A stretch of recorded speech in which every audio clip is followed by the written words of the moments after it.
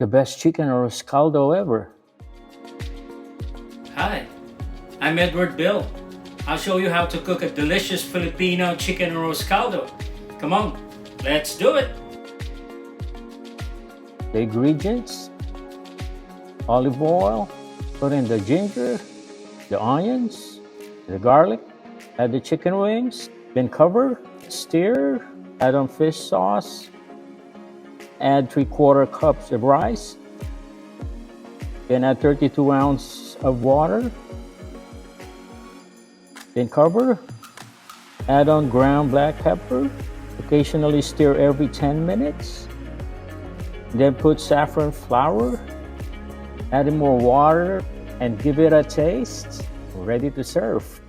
And that's your best chicken arroz caldo ever.